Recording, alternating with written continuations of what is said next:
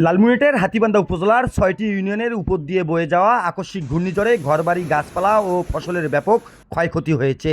এতে উপজেলার বিভিন্ন এলাকায় অন্তত ১,৯০৬টি পরিবার ক্ষতিগ্রস্ত হয়েছে বলে জানা গেছে। সরজমিনে গিয়ে দেখা যায় উপজেলার টংভাঙ্গা ইউনিয়নের ১ নং ওয়ার্ডে মজিবুর রহমান ভোলার বাড়িতে বড় বড় গাছ ভেঙে বসতবাড়ির উপর পড়ে। এতে তার ৪টি ঘর সম্পূর্ণ বিধ্বস্ত হয়। বর্তমানে পরিবারটি খোলা আকাশের নিচে মানবতর জীবনযাপন করছে।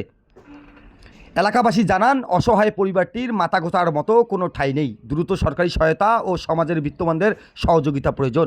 তারা ক্ষতিগ্রস্ত পরিবারটির পাশে দাঁড়ানোর জন্য প্রশাসনের জরুরি হস্তক্ষেপ কামনা করেছে। হাতীবান্ধা উপজেলার প্রকল্প বাস্তবায়ন কর্মকর্তা পিআইও উত্তম কুমার নন্দী বলেন, হাতীবান্ধা উপজেলার ৬টি ইউনিয়নে মোট ১,৯০৬টি পরিবার ঘূর্ণিঝড়ে ক্ষতিগ্রস্ত হয়েছে। ক্ষতিগ্রস্ত পরিবারগুলোর তালিকা প্রস্তুত করা হচ্ছে এবং সরকারি সহায়তা প্রদানের উদ্যোগ নেওয়া হবে। প্রথমে দেখতেছি আকাশের ঝড় আসছে, আমরা ঘরে খেয়ে আমরা আর কি বই আসছি। এখন ইতিমধ্যে দেখি যে ঘূর্ণিঝড় উঠছে। আমরা এপাক ওপাক কোনো পাক কুল পাই না যা বাড়ি হওয়ার।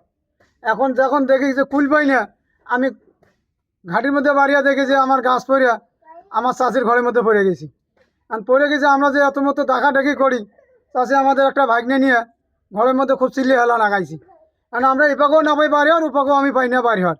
যে আমি যে চাষিক যে নিয়ে আসবো এ আর কোনো আমি স্কোপ পাই না। তারপর আমার ছোটো ভগ্নিপতি আসিয়া ডাক দিল।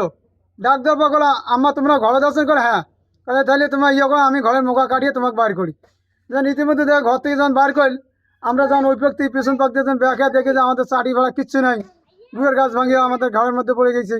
আমি উপাক দিয়ে পার হয়ে যা দেখি আমার ছোটো ভগ্নিপতি আমাদের চাষিকে নিয়ে গেছি।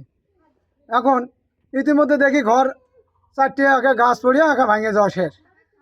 এখন তার থাকা স্থান নাই, যে খাবে বা ঘরের স্থান যে শুইবে তার কোনো বুদ্ধি নেই।